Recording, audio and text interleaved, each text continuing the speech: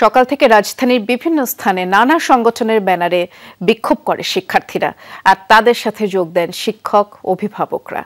তাদের দাবি প্রতিটি হত্যাকাণ্ডের বিচার হোক। আর শিক্ষার্থীরা বলেছেন ৯ দফা দাবি না মানা পর্যন্ত এই আন্দোলন চলবে।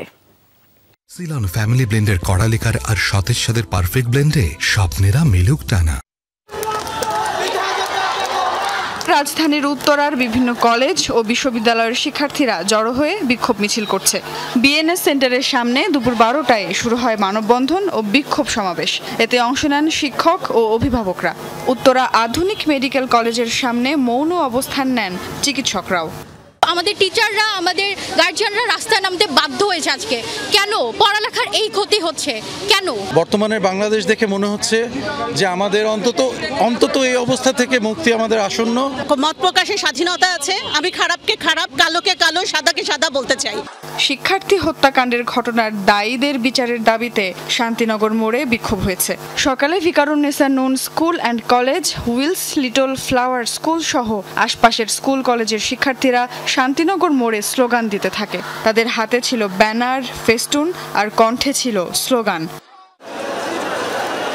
এদিকে সকালে ইস্ট ওয়েস্ট বিশ্ববিদ্যালয়ের সামনেও শুরু হয় বিক্ষোভ সমাবেশ। শিক্ষার্থীরা বলেন দাবি আদায় না হওয়া পর্যন্ত রাজপথে থাকবেন তারা। শিক্ষার্থী নিপীড়ন ও হয়রানির বিরুদ্ধে মানববন্ধন করেছে বিইউপি সহ কয়েকটি বিশ্ববিদ্যালয়ের শিক্ষকরা। তাদের সঙ্গে যোগ দেন শিক্ষার্থী আর অভিভাবকরা। আমাদের স্টুডেন্টদের হত্যার বিচার চাই এবং এই বিচার হতে হবে নিরপেক্ষ, বিশ্বাসযোগ্য। হত্যার সঠিক তদন্ত এবং যারা এই হত্যাকাণ্ডের সাথে জড়িত তাদের সুবিচার। দুপুরে প্রগতি সরণিতে অবস্থান নেয় বেশ কয়েকটি বেসরকারি বিশ্ববিদ্যালয়ের শিক্ষার্থীরা। বৈষম্য বিরোধী ছাত্র আন্দোলনের কর্মসূচির অংশ হিসেবে মিছিল করেন তারা। সায়েন্স ল্যাবের সামনেও হয় শিক্ষার্থীদের বিক্ষোভ কর্মসূচি। নানা ধর্মী স্লোগান আর ব্যানার ফেস্টুনে অবস্থান নেন শিক্ষার্থীরা। পরে সেখান থেকে শহীদ মিনারের দিকে যাত্রা শুরু করে বিক্ষোভ মিছিলটি। আপনারা গুলি ছেড়ে, বন্দুক ছেড়ে সাধারণ ছাত্রদের পাশে দাঁড়ান, নাগরিকদের পাশে দাঁড়ান। আমাদের ন্যায্য দাবি আমরা চাইছি।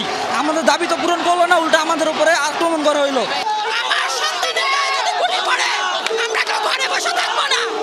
যাত্রাবাড়ি আর মিরপুর 10-এও সকাল থেকে বিক্ষোভ মিছিল হয়েছে। সেখানে শিক্ষার্থী আর অভিভাবকরা অংশ নেন। যাত্রাবাড়িতে বিক্ষোভে সংহতি জানিয়ে মাঠে নামে স্থানীয় মাদ্রাসার ছাত্ররাও। তাদের সকলের দাবি হত্যাকারীদের যথাযথ বিচার। সুমাইয়া ঐশী, যমুনা নিউজ, ঢাকা।